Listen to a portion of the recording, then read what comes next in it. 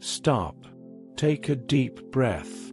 Close your eyes, just for a moment, and imagine yourself walking through a stone corridor, wrapped in ancestral shadows, where the air still carries the scent of incense burned thousands of years ago. A temple forgotten by time, but not by the sacred.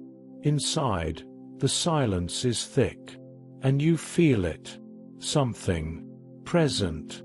Colossal statues of gods that history tried to bury now stare back at you with eyes of stone, not as dead relics, but as living questions. Do you still remember us? And what do those ancient rituals, those mysterious offerings, those whispered prayers by torchlight have to do with your life? A life drowning in notifications, deadlines, stress, goals, and glowing screens? The answer might surprise you. Everything. Because in this video, we're going to do far more than study the past. We're going to listen to what it still screams. We're going to rediscover a sacredness that modern haste tried to silence, but that still lives, waiting for you. Get ready. What you're about to hear may change the way you see existence itself.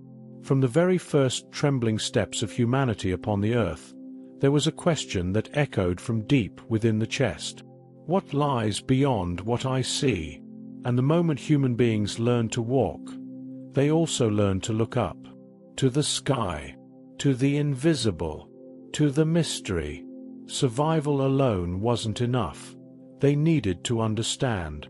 Civilizations were born with hunger for bread, yes, but also with thirst for meaning.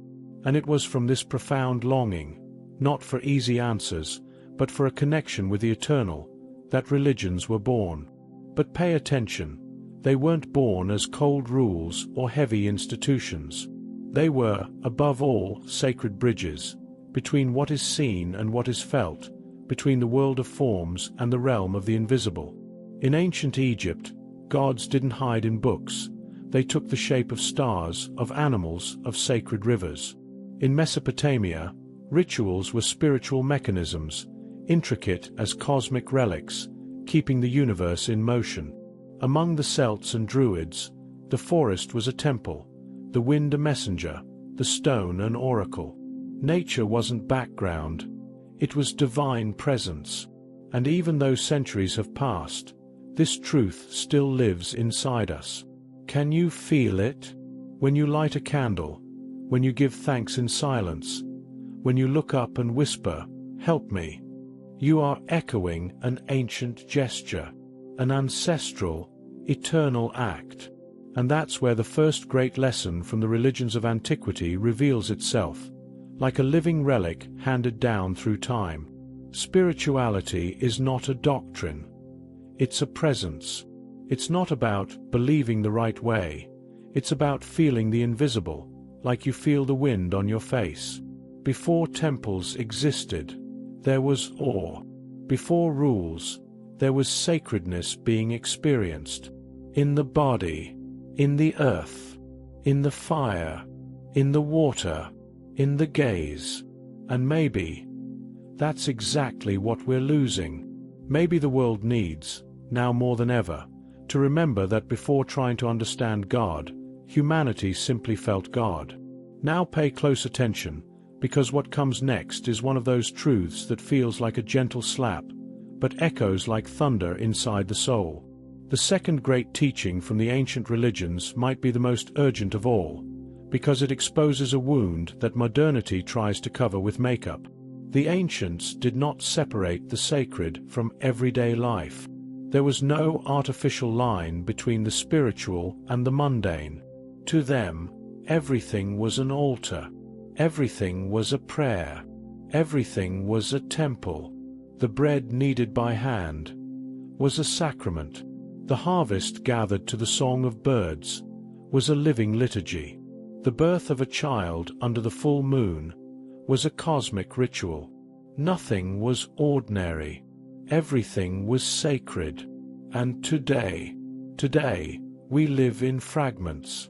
Each part of life crammed into separate boxes. Spirituality only on Sundays. Meditation only when there's time. faith only when chaos hits. But if the ancients stood among us today, they would look us in the eye, deeply, and ask a question that burns from within. How have you been living your days? Because for them, faith wasn't a weekly visit to a religious building. Faith was a way of being in the world. It was the way you picked a fruit, the way you cared for someone, the way you walked with presence, the way you honored silence. Their whole life was a prayer, and that's when we begin to see what may have been lost. Ancient faith wasn't anesthesia. It was courage to feel pain with meaning.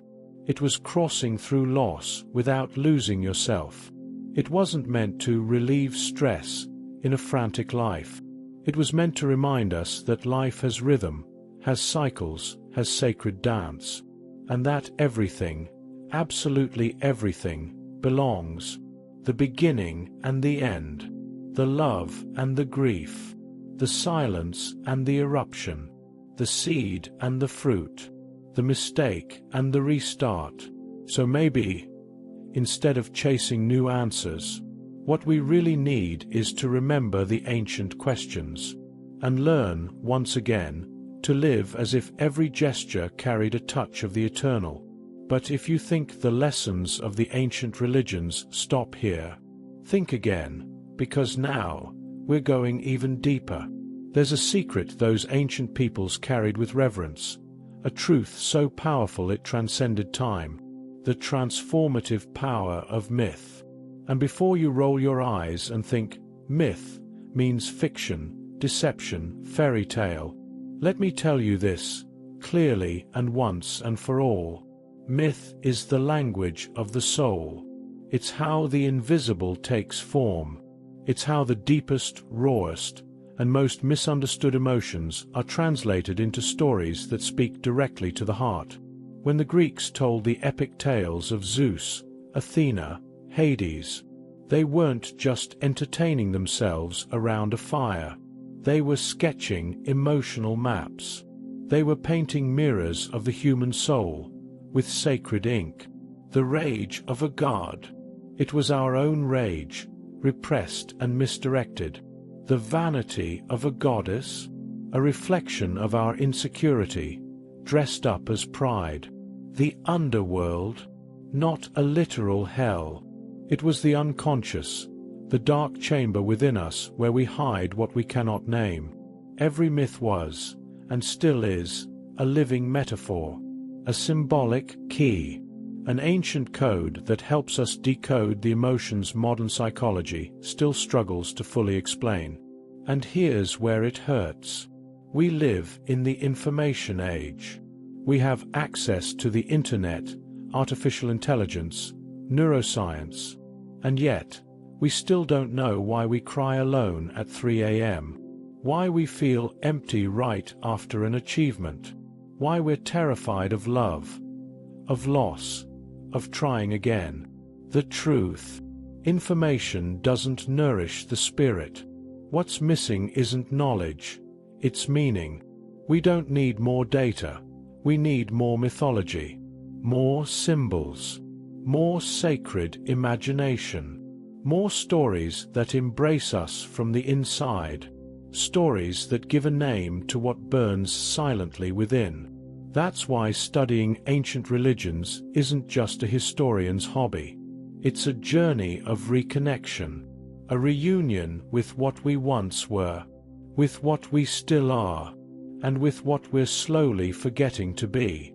Because without myth, the soul loses its compass. And without a compass, a human being becomes nothing more than a well-informed machine, but spiritually lost. And now we come to a sensitive part, maybe even uncomfortable, but it must be said, loud and clear. When people hear ancient religions, many wrinkle their noses. Why? Because what we were taught in school, or in shallow documentaries, is that these traditions were primitive, superstitious, brutal. We speak of sacrifices, gods with animal heads, dances around fire, and we forget to look beyond the appearance. But let me tell you something that might completely flip your perception. Yes, there were shadows. But there was also a wisdom that, even with all our modern technology, we have yet to reach. To dismiss these cultures as backward is not only a historical mistake, it's a spiritual one, because the same rituals that many label as archaic are, in truth, the roots of many spiritual practices you might admire today. Meditation, they already practiced it. Herbal medicine, they knew it well. Astrology, they were masters. Lunar rituals, fasting, chants, therapeutic dances, they practiced all of it, long before our modern educational systems even existed. And here's the point. These ancient peoples, without diplomas, without laboratories, without internet access, had something many of us have lost: the ability to listen to the earth. They didn't just live in nature, they lived with it. They didn't force the harvest, they waited for the right time. They didn't consume without limits, they knew how to be grateful for every fruit. They didn't treat animals as resources, they saw them as companions on the journey. They had a visceral connection to the whole, to the rhythm of life, to the silence between the seasons, to the sacredness of simply being alive. And today, in the 21st century, in the midst of environmental collapse, emotional breakdown, and a rising existential void, maybe the most urgent message is this: we don't need more technology, more apps, more productivity, more algorithms. No, we need more ancestral wisdom, the kind that doesn't fit into formulas, but overflows with presence. The kind you don't learn in PowerPoint slides, but by kneeling in the dirt, listening to the wind, watching the moon, and remembering. Human beings are not the owners of the world. We are part of it. Because if we continue to ignore the teachings of those who came before us, we won't just lose the past, we'll lose the future too. Now, stop. Not just with your body. Stop with your mind. With the rush. With the invisible race that drags you day after day. Breathe. For real. Not like someone just surviving, but like someone who realizes the air entering and leaving their chest is a silent miracle. And then ask yourself a question, one you may have never asked, or one you've been avoiding for far too long. When was the last time you felt the sacred in your day? No, I'm not talking about going to a temple, attending a service, or fulfilling a religious ritual. I'm talking about something more intimate, more raw, more real. Have you ever noticed that simply waking up, opening your eyes, and seeing the sky change colors is an ancestral rite?